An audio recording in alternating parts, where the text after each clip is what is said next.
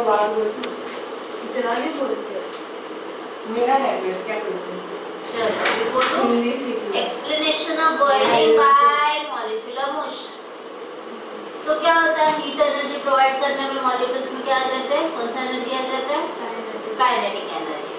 तो whenever we provide heat, liquid के average kinetic energy increase हो जाएगा। एवरेज काइनेटिक एनर्जी इंक्रीज होने के बाद में क्या होता है, अगर उसने सफिशिएंट काइनेटिक एनर्जी गेन कर लिया टू ओवरकम क्या करना आपको, force of attraction other molecules के, they escape out from the liquid in the form of vapour. Evaporation में भी वही हो रहा था, लेकिन वहां पे एनर्जी कहाँ से मिल रहा था, उसको सराउंडिंग से मिल रहा था। यहाँ पे हम लोग सप्लाई कर रहे हैं एनर्जी, हीट एनर्जी हम उसको सप्लाई कर रहे हैं।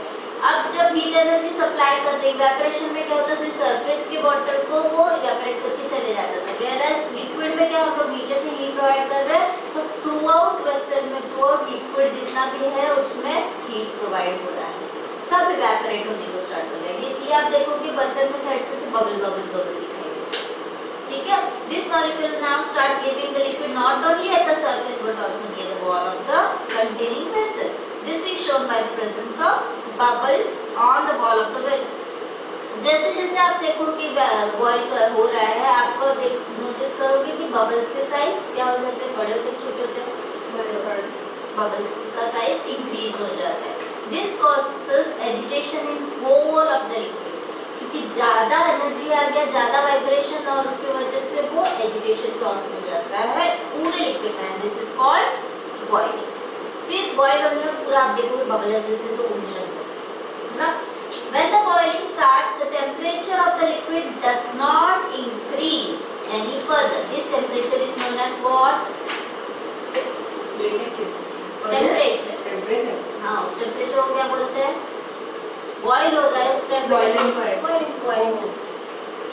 Now effect of pressure on the boiling, यहाँ पे टिक मार्क करके ले लो, मानिए यहाँ से यहाँ तक, और ये अलग एक्स बॉइलिंग पॉइंट का ये है बबल्स नहीं, हीटिंग से स्टार्ट होके यहाँ तक, इसको आपको केस में लिखना पड़ेगा थोड़ा, यहाँ से स्टार्ट होके यहाँ तक। This is boiling in molecular motion के हिसाब से आपको एक्सप्लेन करना पड़ा, तो मैम मोस्टली आपको दूसरा दे देगी इस आंसर दिया।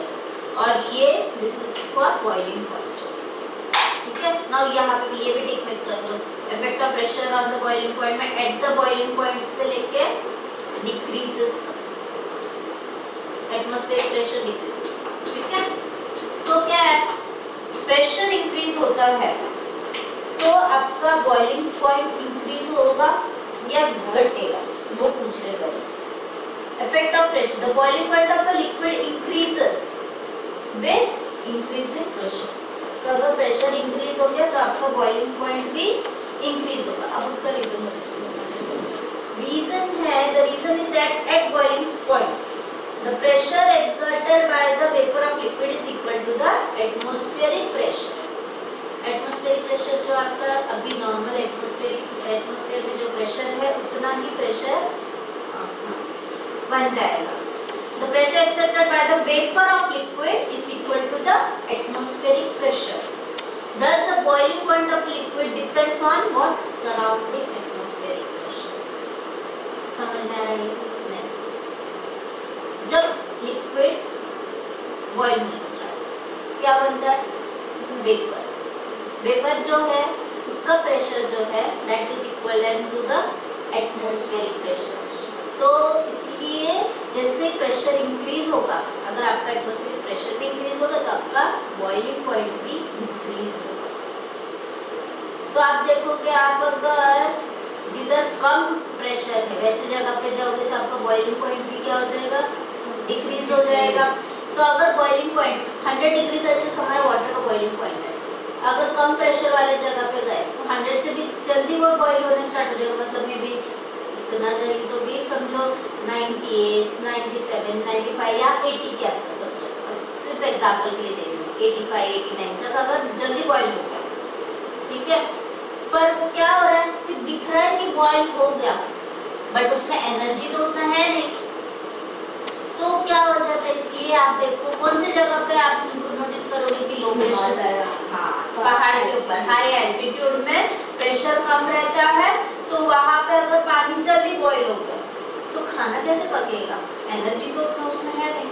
मेरे को याद है मैं गई थी शिमला तो वो लोग मैगी हाफ वो लोग 5-10 मिनट कुक करते थे तो वो हाफ कुक रहता था और हाफ कुक रहने के बाद वो हम लोग के हाथ में देने तक वो ठंडा हो जाता था। हाँ नहीं एक्चुअली हाफ कुक नहीं, वो लोग तो बहुत देर से कुक करते बट वहाँ पे उनका कुकी प्रॉपरली नहीं होता। वहाँ पे अगर आप देखोगे राइस का भी हम लोग मोस्टली नोटिस किया ऐसा लगता है कच्चा ही खा रहे हैं। कच्चा मीन्स एकदम कच्चा नहीं, हाफ कुक जैसे पार बॉइल्ड जैसे लगता है हम लोग को। तो उसका रीज़न ये है कि वहाँ पे कुकिंग कम होता है क्योंकि वहाँ का प्रेशर कम रहता है तो फिर वहाँ पे बॉइलिंग पॉइंट कम हो जाता है तो फिर जल्दी पानी गर्म होने लग गया, मतलब उसमें एनर्जी उतना नहीं हुई है। इसलिए वहाँ पे सब जगह पे कुकर भी यूज करके अगर आप कर लोगे तो कुकर में कैसे अंदर एक अलग से प्रेशर है, इसलिए हाई एल्टीट्यूड में आप कुकर में यूज करके अगर करोगे तो आपका फूड हाई एल्टीट्यूड में कुक हो जाएगा। ठीक है। Where the atmospheric pressure is low, water boils at a temperature below 100 degrees Celsius and it becomes difficult to cook vegetable. On the other hand, in a pressure cooker, by keeping the water vapor inside it, the surrounding pressure is increased. Then water inside it boils at temperature nearly 125 degrees Celsius, मतलब 100 degree Celsius से भी ज़्यादा हो गया तो उस case में क्या हो जाएगा, तो वेजिटेबल इजीली कुक हो जाएगा। समझ में आ गया यहाँ तक? ये आपको क्वेश्चन पूछ सकते हैं कि वहाँ पे कम क्यों। अगर हम लोग ने इधर राइस 100 डिग्री पे कुक किया और हायर एल्टीट्यूड पे राइस हम लोग ने 125 डिग्री पे कुक किया तो दोनों में वो राइस वैसे ही कुक होगा जैसा हमें चाहिए, मतलब ज़्यादा सॉफ्ट नहीं, प्रॉपर कि वो 125 वाला थोड़ा ज़्यादा कुक होगा। नहीं 125 में भी वैसे ही हो जाएगा, वैसे तो 100 में भी होना चाहिए ये बट वो वैसे वाला प्रेशर का एरिया इसके 125 में किया तो अच्छे से जैसे हम लोग यहाँ पे करते हैं वहाँ पे 125 हो जाएगा। ठीक है। 1 kg of water at 100 degree Celsius absorbs 2.26 into 10⁶ joules और 5.4 into 10⁵ calories। कैलोरीज सुना है? Unit. Calories is another unit of heat का। लेकिन ऐसा यूनिट अगर पूछा जाए तो ऐसा unit of heat energy is joules, calories other unit of heat to convert into steam at 100 degree Celsius। तो 100 degree Celsius हाँ अरे वो कैलोरी नहीं, हम लोग कैलोरीज खाते नहीं है, हम लोग जो खाते हैं उसके वजह से कैलोरीज बर्न होते, कैलोरीज प्रोड्यूस। कैलोरीज हम लोग खाते नहीं है, कैलोरीज बर्न होते बोलते हैं ना, कैलोरी बर्न किया हमने इतना कैलोरी बर्न किया है वर्कआउट करके बोलते हैं, ऐसे बोलते हैं ना। Difference between evaporation and boiling हमने ऑलरेडी डिस्कस कर दिया है, ऐसे 5 पॉइंट दिए गए, that is I am giving on you 5 point खुद से पढ़ना है, समझा मैंने? हाँ ये 5 पॉइंट हाँ टिक मार्क करके रखो, स्टार मार्क करके रखो उसको, ऑल 5 पॉइंट्स। नाउ डिफरेंस कि आप ऐसे लिखो, मेरे ख्याल से आप अगर टेबुलर मैनर में प्रॉपर्ली लिखोगे तो बेटर रहेगा। डिफरेंस बिटवीन आप डिस्टिंग्विश टेबुलर मैनर में लिखते हो ना, इवेपोरेशन का अलग और बॉइलिंग का अलग। अरे ये तो ठीक है, एक दूसरे चैप्टर में इसका टेबल दिया है ना, वही दिखाते हैं मैटर में दिया होगा। ये चैप्टर कितना बोल मैंने तो 10 बार लाइट एनर्जी जो इससे भी बोलेंगे नहीं तो आपको थोड़ा बहुत लिखना ही पड़ेगा। इसमें कितने 4 पॉइंट 5 इसमें ये दोनों चैप्टर में अच्छा है, उसमें इसमें डिफरेंट डिफरेंट है। ये इवेपोरेशन टेक्स प्लेस वाला है एट ऑल टेम्परेचर्स, ये वाला पॉइंट आ रहा है इसमें। Temperature minimum surface of the liquid first point नहीं, ये वाला, फिर इवेपोरेशन ये वाला एक्स्ट्रा पॉइंट है, इवेपोरेशन ये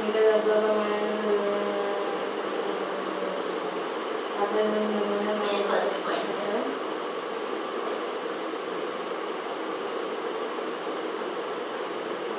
ये वाला भी है थोड़ा सा डिफरेंटली पॉइंट है, ये तीसरा वाला है ये। ठीक, चलो थर्मल एक्सपैंशन। एक्सपेंशन। मैंने आपको दिया था थोड़ी देर पहले, 4 वाला बराबर 4 वाला। ये इतना सेक्शन खाली, ये क्योंकि मैंने ऑलरेडी बता दिया आपको। मैंने बताया था 3 चीज है जो अलग प्रॉपर्टी दिखाता है, एक वाटर, सिलिका, सिल्वर आयोडाइड। पर वो कोई भी टेम्परेचर नहीं, एक पर्टिकुलर टेम्परेचर रेंज के बीच में ही है। तो वो डू यू नो में जो है ना उसको टिक मार्क करना, और ये बहुत फ्रीक्वेंटली आस्क्ड क्वेश्चन। टेम्परेचर भी याद रखना है आपको। 0 to 4 डिग्री सेल्सियस के बीच में water, silver iodide from 80 to 141 degree Celsius के बीच में, and silica below -80 degree, that is negative वाला -80 डिग्री सेल्सियस। तो ये टेम्परेचर के बीच में जो नॉर्मल उनका टेंडेंसी होता है कि any object on heating expand होता है, लेकिन वाटर 0 से 4 डिग्री सेल्सियस के बीच में अगर आप हीट करोगे एक्सपैंड होने की जगह पे वो कॉन्ट्रैक्ट होगा। वैसे ही बाकी दोनों में सिल्वर आयोडाइड और सिलिका बिलो, ठीक है। तो ये आपका एक्सपेंशन, ये एक्सेप्शन आ गए 3 चीज, और ये बहुत फ्रीक्वेंटली आस्क्ड क्वेश्चन। हाँ, मेरे पास सबसे बड़ा वर्ड मोनोइलेक्ट्रोमैग्नेटिक का सिल्वर एनालिसिस। जरिमा में ऑफ कर दो कैमरा, उनका फिजिक्स का क्लास हो गया, मैथ्स करना है।